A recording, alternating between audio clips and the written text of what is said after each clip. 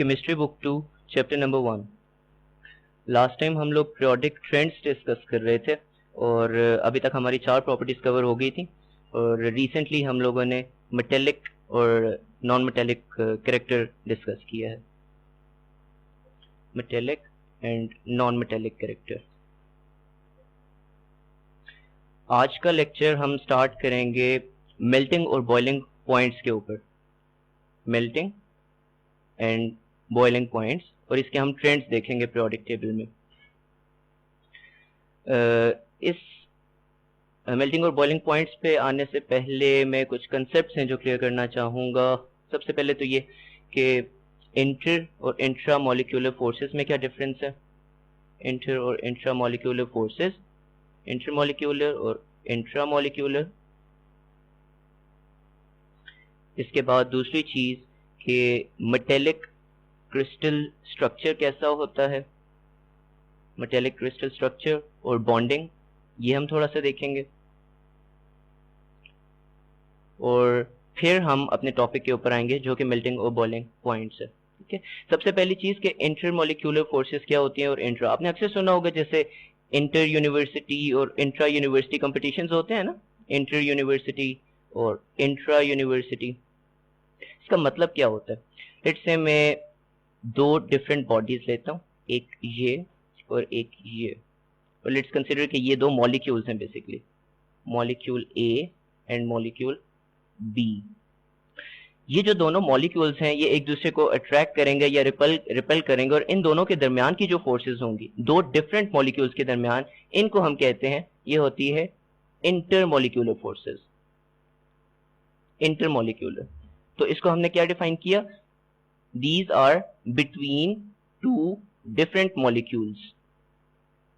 ठीक है, और दूसरी हमारे पास होती है इंट्रा मॉलिक्यूल।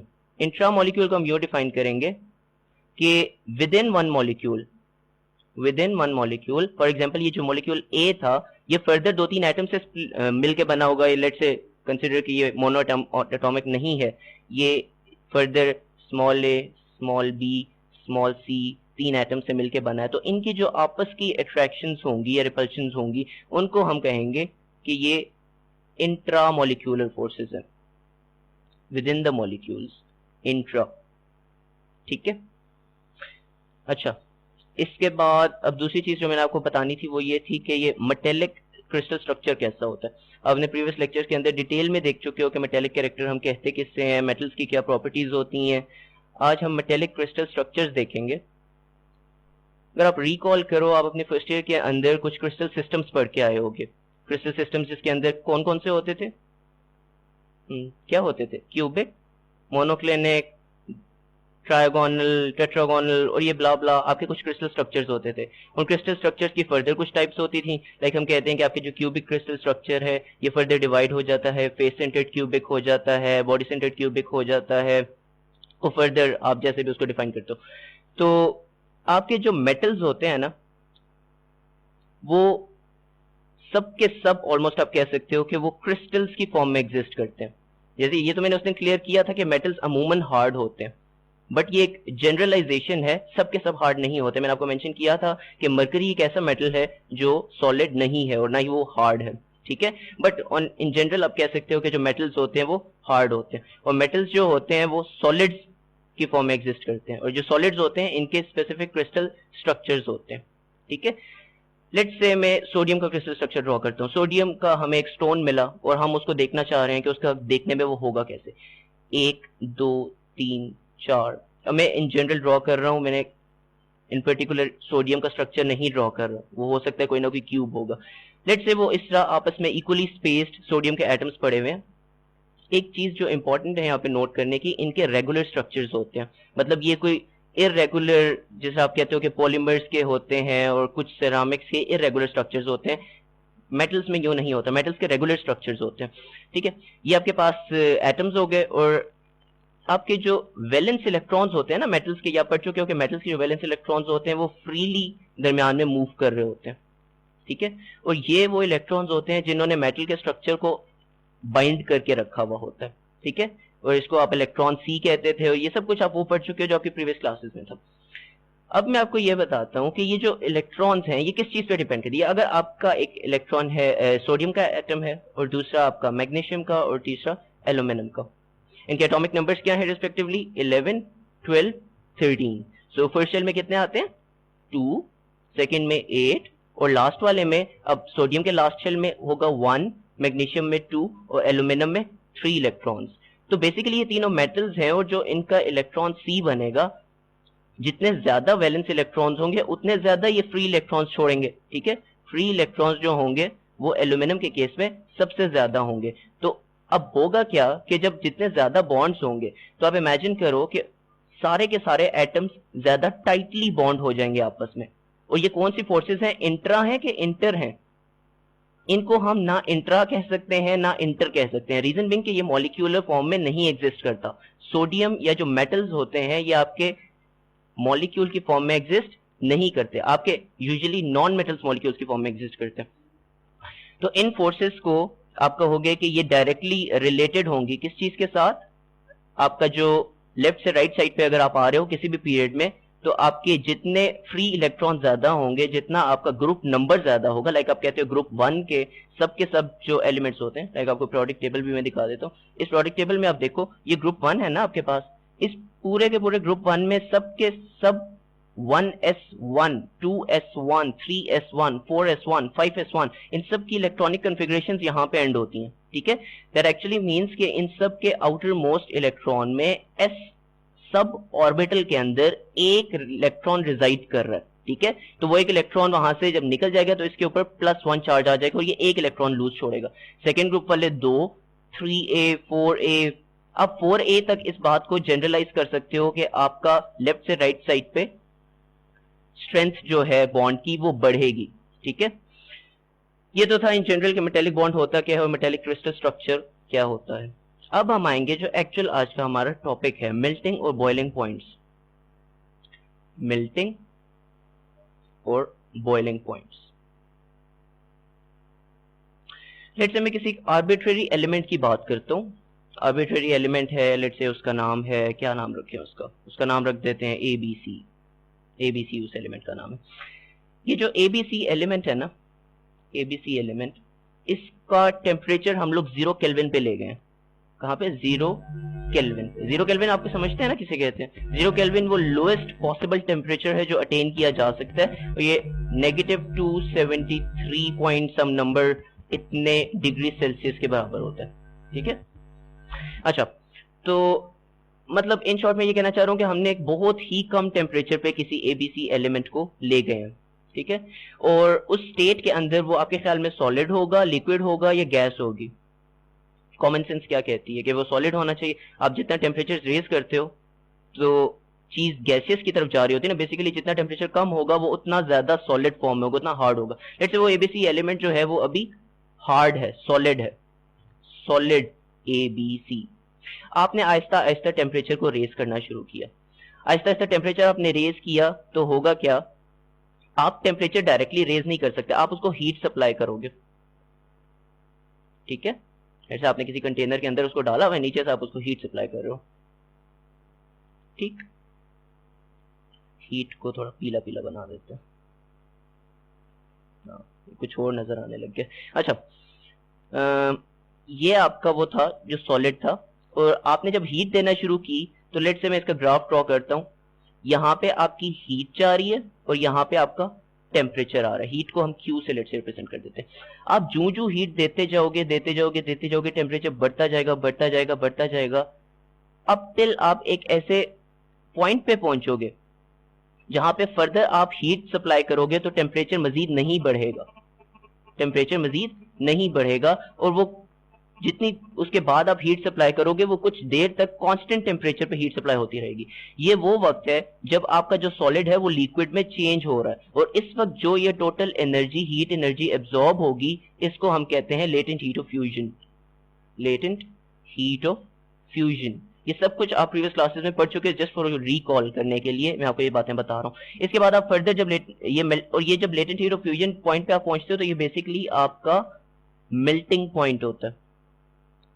ठीक है, इसके बाद फर्दर आप टेम्परेचर बढ़ाते जाओ, फिर से हीट सप्लाई करते जाओ, टेम्परेचर बढ़ता रहेगा, और फिर एक पॉइंट आएगा जब फिर अगेन कांस्टेंट टेम्परेचर के ऊपर हीट ऐड होना शुरू हो जाएगी, और ये वो वक्त होगा जब आपका लिक्विड अब गैस में चेंज होने लग जाएगा, ठीक है। और इस पॉइंट को आप बॉइलिंग पॉइंट कह देते हो। कन्वर्सली जैसे आपने अपनी डेफिनेशंस में पढ़ा होगा कि बॉइलिंग पॉइंट को हम यूं डिफाइन करते हैं कि जब आप ना इसको हीट कर रहे होते हो तो हो क्या रहा होता है, ये ज्यादा वेपराइज होने की कोशिश कर रहा होता है, इसका vapour pressure increase, heat increases, vapour pressure increases जो सरफेस के ऊपर होगा, ठीक है। फिर एक पॉइंट ऐसा आएगा कि आपका वेपर प्रेशर एग्जैक्टली उस प्रेशर के बराबर हो जाएगा, जब वेपर प्रेशर जो आपका है ना, वेपर प्रेशर बराबर हो जाएगा एटमॉस्फेरिक प्रेशर के। और एटमॉस्फेरिक प्रेशर की वैल्यू क्या है ये भी आपको पता होनी चाहिए, 101.325 किलो पास्कल्स, या आप इसको 1 ATM कह लेते हो, या आप इसको 760 टॉर्स कह देते हो, वो डिपेंड करता है आप कौन सी यूनिट्स में लिख रहे हो इसको। आपका जब वेपर प्रेशर 101.325 कह लो, या 1 ATM कह लो, या 260 टॉर कह लो, जब इतना हो जाएगा तो उस वक्त जो आपकी कंडीशन हो, इसको हम कहते हैं, ये डिफाइन करते हैं, ये बॉइलिंग पॉइंट होता है आपका, ठीक है। उसके बाद आपकी कांस्टेंट हीट के मतलब कांस्टेंट टेम्परेचर के ऊपर हीट एडिशन होती है, और इसको हम लेटेंट हीट ऑफ वेपराइजेशन भी कहते हैं इस हीट को। ये जो हीट आपने सप्लाई की थी, ठीक है, ड्यूरिंग बॉइलिंग जो आपने हीट सप्लाई की थी वो लेटेंट हीट ऑफ वेपराइजेशन, ठीक है। हम कुछ ज्यादा ही साइड पे निकलते चले, let's come back to the topic. और टॉपिक हमारा ये था कि हमने पीरियोडिक ट्रेंड्स डिस्कवर करने थे इसके मेल्टिंग और बॉइलिंग पॉइंट्स के। अच्छा, अब होता ही है, आपको एक चीज तो मैं क्लियर कर चुका हूँ, पीरियोडिक टेबल कहाँ गया, ये पीरियोडिक टेबल के अंदर जब आप ऊपर से नीचे आ रहे होते हो, मैं फर्स्ट 4 ग्रुप्स की बात करूं, ग्रुप 1A, 2A, 3A और 4A, ठीक है। इनका जो ग्रुप नंबर होता है, इनके जो वैलेंस शेल में इलेक्ट्रॉन्स होते हैं वो भी उतने ही होते हैं। फॉर एग्जांपल, ये मैं आपको पहले क्लियर कर चुका हूं। अब कार्बन की लेट से बात करते हो, इसमें 4 इलेक्ट्रॉन्स होते हैं आउटरमोस्ट शेल में। बोरॉन की बात करो, इसमें 3 होंगे, एल्यूमिनियम में 3 होंगे, गैलियम में 3 होंगे, इंडियम में 3 होंगे, ठीक है। आप किसी की बात करो, आप नाइट्रोजन की बात करते हो, इसके आउटरमोस्ट में 5 होंगे, ऑक्सीजन में 6, फ्लोरीन में 7। फिर आपने इन जनरल एक और चीज भी पढ़ी होगी कि ऑक्टेट रूल एक होता है, यानी हर शेल की टेंडेंसी होती है कि वो अपना आउटर मोस्ट शेल जो होता है उसको कंप्लीट करता है, ठीक है। अब होता यह है कि आप 1A से 4A तक के जितने भी मेंबर्स हैं, ये सब अमूमन मेटेलिक क्रिस्टल की फॉर्म में एग्जिस्ट करते हैं, जो मैं आपको पहले डिफाइन कर चुका हूं कि मेटेलिक क्रिस्टल कैसा होता है। सो ये जितना भी पोर्शन है जिसको मैं अभी हाईलाइट किया, ये वाला पोर्शन, ठीक है, ये वाला पोर्शन वो है जो मेटेलिक क्रिस्टल की फॉर्म में एग्जिस्ट करता है। और मेटेलिक क्रिस्टल की ट्रेंड्स मैंने आपको बता दिए थे कि जब आप लेफ्ट से राइट साइड पे आते हो, तो लेफ्ट से राइट साइड पे क्या होता है, सॉरी, एक एक्स्ट्रा इलेक्ट्रॉन आपके पास आ जाते हैं। लेफ्ट से राइट पे जब आप आते हो तो एन एक्स्ट्रा इलेक्ट्रॉन, और ये इलेक्ट्रॉन राइट साइड पे आके क्या करता है, ये बॉन्डिंग में फिर पार्टिसिपेट करता है। और बॉन्डिंग में पार्टिसिपेट जब ये इलेक्ट्रॉन करेगा इन मेटल्स के अंदर, तो आपकी ज्यादा स्ट्रॉन्ग बॉन्डिंग होगी, और जब बॉन्डिंग स्ट्रॉन्ग होगी तो high melting points and boiling points, ठीक है। तो पहला ट्रेंड तो ये हो गया आपका कि मेटल्स के अंदर जब आप लेफ्ट से राइट आते हो तो आपका हाई मेल्टिंग और बॉइलिंग पॉइंट्स होते हैं। इसी पार्ट के अंदर ये जो ग्रुप 1A से लेके 4A तक की हम लोग डिस्कशन कर रहे हैं, जब आप टॉप से बॉटम अगर आप आते हो, अगर आप टॉप टू बॉटम देखो ना, तो आपका क्या होता है कि size increases, top to bottom आपका साइज बढ़ रहा होता है ना। तो व्हेन टॉप टू बॉटम आपका साइज बढ़ रहा होता है, सॉरी, साइज आपका इंक्रीज कर जाता है। और जब साइज इंक्रीज कर देगा तो लेट से ये दो आपके एटम्स यूं आपके मेटेलिक क्रिस्टल में होते हैं ना, सारे एटम्स यूं बॉन्ड हुए हुए होते हैं। लेट से एक ये स्ट्रक्चर है और एक आपके पास ये स्ट्रक्चर है। तो आप मुझे ये बताओ कि बॉन्डिंग किस में ज्यादा स्ट्रांग होगी, किस में ज्यादा होनी चाहिए? ऑफ कोर्स इस वाले में ज्यादा स्ट्रांग होगी। वजह बिकॉज इसमें बहुत क्लोज है और इसमें चूंकि एटम्स का साइज बढ़ गया है तो अब उनमें बॉन्डिंग थोड़ी सी कंपैरेटिवली वीक हो जाएगी। तो मेल्टिंग पॉइंट इसी तरीके से जिनका स्मॉल साइज है उनका ज्यादा होगा। तो जब इसका मतलब है टॉप टू बॉटम आप आ रहे हो तो साइज बढ़ रहा है और मेल्टिंग और बॉइलिंग पॉइंट्स जो आपके होंगे ये डिक्रीज करेंगे। ठीक है, ये तो हो गया ग्रुप 1A से 4A तक के लिए, ठीक है। ग्रुप 1A से 4A तक के ट्रेंड्स आपने देख लिए। इसकी अगर आप एग्जाम्पल देखना चाहते हो तो लेट्स से ये देखें, ये देखो ग्रुप 1A के, ये अभी कौन से ग्रुप की बात कर रहे हैं जिसके अंदर आपके पास पहले आ गया लिथियम, लिथियम के बाद बेरिलियम, बोरॉन, कार्बन, ये आपके पास सेकंड ग्रुप है। सेकंड ग्रुप के अंदर जब आप लेफ्ट से राइट साइड पे आ रहे हो और ये पहले 4 की बात हो रही है, तो देखो आपके पास बॉइलिंग, ये आपके पास क्या है, मेल्टिंग एंड बॉइलिंग पॉइंट्स दोनों का ग्राफ है। ये जो नीचे वाला आपके पास है ये आपके पास मेल्टिंग पॉइंट है, ऊपर वाला आपके पास बॉइलिंग पॉइंट है, ठीक है। तो देखो आपके पास बढ़ रहा है और कार्बन पे आपकी मैक्सिमम वैल्यू शो हो रही है, ठीक है। कार्बन का जो मेल्टिंग पॉइंट है, मेल्टिंग पॉइंट ऑफ कार्बन ये तकरीबन 3500 के लगभग होता है, ठीक है। और इसी वजह से कार्बन नॉन मेटल्स के अंदर सबसे ज्यादा मेल्टिंग पॉइंट कैरी करता है। जो आपका डायमंड है ना, डायमंड का आपको पता है कि डायमंड का मेल्टिंग पॉइंट सबसे ज्यादा होता है। इसके बाद जो दूसरा मटेरियल है वो आपके पास टंगस्टन है, ठीक है। टंगस्टन, टंगस्टन का क्या वजह है कि उसका मेल्टिंग पॉइंट बहुत ज्यादा, उसका भी अराउंड 3500 टू 3600 है। उसकी रीजन आपके पास हम लोग चैप्टर नंबर 6 के अंदर डिस्कस करेंगे कि टंगस्टन का मेल्टिंग पॉइंट ज्यादा होने की क्या रीजन है, ठीक है। अच्छा, ये तो ग्रुप 1A से 4A तक के लिए हो गया। अब हम देखते हैं कि जो आपके पास बाकी के ग्रुप्स हैं, आपके ग्रुप 5A, 6A और 7A, उनमें क्या हो रहा होता है। ग्रुप्स 5A से लेके 5A, 6A and then 7A, 8A तो चूंकि नोबल गैसेस है, उनकी प्रॉपर्टीज बाकियों से अमूमन थोड़ी सी डिफरेंट होती हैं बिकॉज वो इंडिपेंडेंट मॉलिक्यूलर फॉर्म में एग्जिस्ट करते हैं। ये जो आपके ग्रुप 5A में होता है ना, यहाँ पे मेटेलिक क्रिस्टल नहीं रहता, और जब मेटेलिक क्रिस्टल नहीं रहेगा तो इसका मतलब है वो जो फ्री इलेक्ट्रॉन्स वाली कहानी थी वो तो इसमें नहीं होगी ना। इनमें क्या होता है, इनमें मॉलिक्यूल्स होते हैं। फॉर एग्जाम्पल 5A का कोई एटम, नाइट्रोजन 5A में है, ऑक्सीजन 6A में है और फ्लोरीन 7A में है, ठीक है। नाइट्रोजन कैसे एग्जिस्ट करता है, नाइट्रोजन N2 की फॉर्म में एग्जिस्ट करता है, और N2 का मतलब ये हुआ कि N triple bond N, because nitrogen को 3 इलेक्ट्रॉन्स चाहिए होते हैं, इस इलेक्ट्रॉन नाइट्रोजन को भी ये दोनों 3 कोवेलेंट बॉन्ड्स बनाते हैं। तो बेसिकली नाइट्रोजन, अगर मैं इतना सा नाइट्रोजन का लूं ना हिस्सा, तो उसमें इस तरह होता है नाइट्रोजन आपस में कुछ यूं पड़ा हुआ होता है, ठीक है। अब इनकी जो आपस में फोर्सेस होंगी वो कौन सी होंगी, वो वीक वैंडरवाल्स फोर्सेस होंगी, और जो वीक वैंडरवाल्स फोर्सेस की वजह से जो इनके मेल्टिंग और बॉइलिंग पॉइंट्स हैं वो बहुत कम होंगे। इसी तरीके से नाइट्रोजन के बाद अगर मैं ले लेता हूं लेट्स से ऑक्सीजन, ऑक्सीजन में डबल बॉन्ड होगा, ठीक है।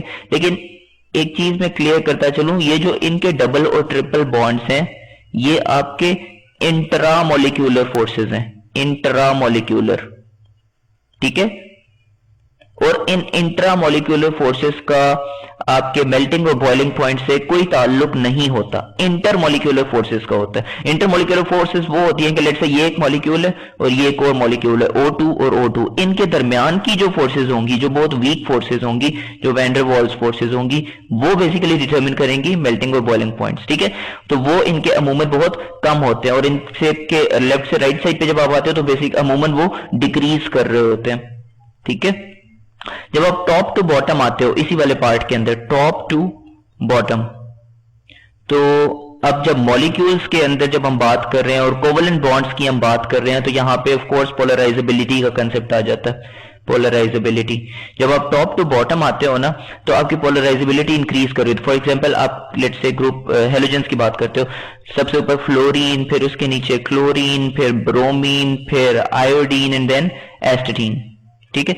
अब देखो ये जो आपके पास फ्लोरीन है ना, इसकी मॉलिक्यूलर साइज बहुत कम होता है, इसका एटॉमिक साइज बहुत कम होता है।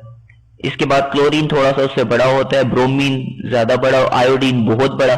जितना एटम का साइज बड़ा होगा उतनी पोलराइजेबिलिटी ज्यादा होगी। यानी लेट्स से ये फ्लोरीन का एक मॉलिक्यूल है, ठीक है, और ये दूसरा मॉलिक्यूल है। अब ये इसके पास से जब गुजरेगा तो इस वाले फ्लोरीन के ऊपर इसको पार्शियली पॉजिटिव और पार्शियली नेगेटिव बना देगा, ठीक है। और ये पार्शियल पॉजिटिव और पार्शियल नेगेटिव चार्जेस जो हैं इसकी वजह से ये सारे बॉन्ड्स आपस में बना हुआ होगा। लेकिन इसी केस में अगर थोड़े से बड़े एटम्स ये होते तो फिर ज्यादा पॉजिटिव और ज्यादा नेगेटिव चार्ज इंड्यूस होता, ठीक है। और इस इंड्यूस चार्ज की वजह से पोलराइजेबिलिटी बेसिकली ये होती है ना कि ये ज्यादा चार्ज इंड्यूस करेगा जब बड़ा साइज होगा, तो इलेक्ट्रॉन क्लाउड को एक तरफ को डिस्पर्स करना पोलराइजेबिलिटी होती है, ठीक है। तो आपका यहाँ पे क्या होगा, आयोडीन के केस में आपका ज्यादा ये स्ट्रॉन्ग बॉन्ड बनेगा, इसका मेल्टिंग पॉइंट ज्यादा होगा। तो टॉप टू बॉटम जब आप आते हो तो high melting and boiling points आपके होते हैं, ठीक है। ये मेल्टिंग और बॉइलिंग पॉइंट्स जो होते हैं वो हाइट लिख दिया मैंने, सॉरी, ये इंक्रीज कर जाते हैं, ठीक है। तो अब हमारी डिस्कशन यहाँ पे एंड हो जाती है कि आप देखो हमने कैसे आज डिस्कस किया कि ग्रुप 1 से 4A को हमने अलग डिस्कस किया और 5A से आगे जो थे हम लोगों ने अलग डिस्कस किया। 1 से 4A जब आप लेफ्ट टू राइट आते हो, लेफ्ट टू राइट, तो आपके मेल्टिंग और बॉइलिंग पॉइंट्स बढ़ते हैं, और जब आप टॉप टू बॉटम आते हो, टॉप टू बॉटम, तो आपके मेल्टिंग और बॉइलिंग पॉइंट्स कम होते हैं। ग्रुप 5A से आगे जब आप लेफ्ट से राइट जाते हो, लेफ्ट टू राइट, तो अमूमन आपके रिड्यूस होने लग जाते हैं, और फिर जब आप टॉप टू बॉटम आते हो तो आपके इंक्रीज होने लग जाते हैं। टोटली ऑपोजिट ट्रेंड्स होते हैं, ठीक है, इन दोनों के आपस में, ठीक है। तो इसके बाद एक फाइनल चीज, एक एक्स्ट्रा, वो भी मैं आपको बताना चाहता हूं, जो ट्रांजिशन एलिमेंट्स होते हैं, ट्रांजिशन एलिमेंट्स, उनके ट्रेंड्स टोटली डिफरेंट होते हैं। इनके जो ट्रेंड्स होते हैं वो डिपेंड कर रहे होते हैं पार्शली फिल्ड डी ऑर्बिटल्स के अंदर, इनके ऊपर डिपेंड कर रहे होते हैं, ठीक है। और पार्शली फिल्ड डी ऑर्बिटल्स ये हम चैप्टर 6 के अंदर डिटेल में डिस्कस करेंगे। फिलहाल हम एक इसका एग्जांपल देख लेते हैं इसी की। ये आपके पास पीरियोडिक टेबल है जिसके अंदर जो कलर्स हैं ये आपको क्या इंडिकेट कर रहे हैं, ये आपको मेल्टिंग और बॉइलिंग पॉइंट्स बता रहे हैं। जब आप लेफ्ट से राइट साइड पे फॉर एग्जांपल आ रहे हो तो देखो lithium, beryllium, boron, carbon, carbon में बहुत ज्यादा इंटेंस रेड कलर हो गया, इसका मतलब है वेरी हाई मेल्टिंग पॉइंट, ठीक है। और फिर उसके बाद आप देखो नाइट्रोजन, ऑक्सीजन, फ्लोरीन, ये कलर आहिस्ता आहिस्ता ब्लू, ज्यादा डार्क ब्लू होता जा रहा है, और डार्क ब्लू का मतलब है रिड्यूस होता जा रहा है, बहुत कम मेल्टिंग पॉइंट है, ठीक है। इस तरीके से आप टॉप टू बॉटम देखो, इस वाले हिस्से में ऊपर कलर आपका डार्क है, नीचे आपका लाइट येलो होता जा रहा है, ठीक है। और लाइट येलो का मतलब है कि मेल्टिंग और बॉइलिंग पॉइंट्स कम होते जा रहे हैं। और इस वाले पार्ट में देखो ऊपर आपका ब्लू है, नीचे आपका येलो, और फिर येलो कलर इंटेंस होता जा रहा है। इसका मतलब है कि blue and then yellow colour intense होता जा रहा है, ऊपर से नीचे आपका बढ़ता जा रहा है मेल्टिंग और बॉइलिंग पॉइंट। ये तो आपको समझ आ गई ना। एस और पी ब्लॉक के अंदर तो ये हो रहा होता है। डी ब्लॉक के अंदर यहाँ पे अगर आप देखो तो यहाँ पे आपके पास क्या हो रहा है कि पहले आपके पास यहाँ पे ट्रेंड बहुत ज्यादा विजिबल नहीं है बिकॉज ये सारा ही रेड वाला पार्ट है। यहाँ आपके पास मेल्टिंग और बॉइलिंग पॉइंट्स पहले बढ़ते हैं और उसके बाद फिर कम होते हैं, और फिर उसके बाद ये वाला ट्रेंड आगे चलता है, ठीक है। सो ये हम लोग यहां से आपको कुछ समझ आ जाएगी। ये आपके पास ग्रुप 6 है, सॉरी पीरियड नंबर 6 है आपके पास, ठीक है। पीरियड 6 में देखो आप एस ब्लॉक में पहले बात करते हो कि आहिस्ता आहिस्ता आपका इंक्रीज कर रहा है because number of bonding electrons increase हो रहे हैं, ठीक है। उसके बाद ये आपके पास एफ ब्लॉक के एलिमेंट्स हैं। एफ ब्लॉक के एलिमेंट्स में आप देखो कि बहुत ही इरेगुलर सा ट्रेंड है, यूं करके कुछ चल रहा है। फिर उसके बाद आपके पास आ रहा है डी ब्लॉक। डी ब्लॉक में आपको बता चुका हूं कि पहले बढ़ता है और उसके बाद कम होता है, ठीक है। और डी ब्लॉक के बाद है फिर आपके पास पी ब्लॉक, और पी ब्लॉक में आप देखो ये आपके पास था डी ब्लॉक, और डी ब्लॉक के बाद अब पी ब्लॉक है जो नॉर्मल एलिमेंट्स हैं। नॉर्मल एलिमेंट्स में अंदर आपके पास देखो नॉर्मल सा ट्रेंड है, आहिस्ता आहिस्ता डिक्रीज कर रहा है, फिर ये ग्राफ नीचे की तरफ आ रहा है। यहाँ पे आपके पास यह नॉर्मलस बिहेवियर है इसका, ठीक है। उसके बाद फिर डिक्रीज कर रहा है, ठीक है। So that's it for melting and boiling points. Next lecture के अंदर हम लोग ऑक्सीडेशन स्टेट्स को डिस्कस करेंगे। ऑक्सीडेशन स्टेट्स क्या होती हैं और पीरियोडिक टेबल में वो कैसे वेरी करती हैं।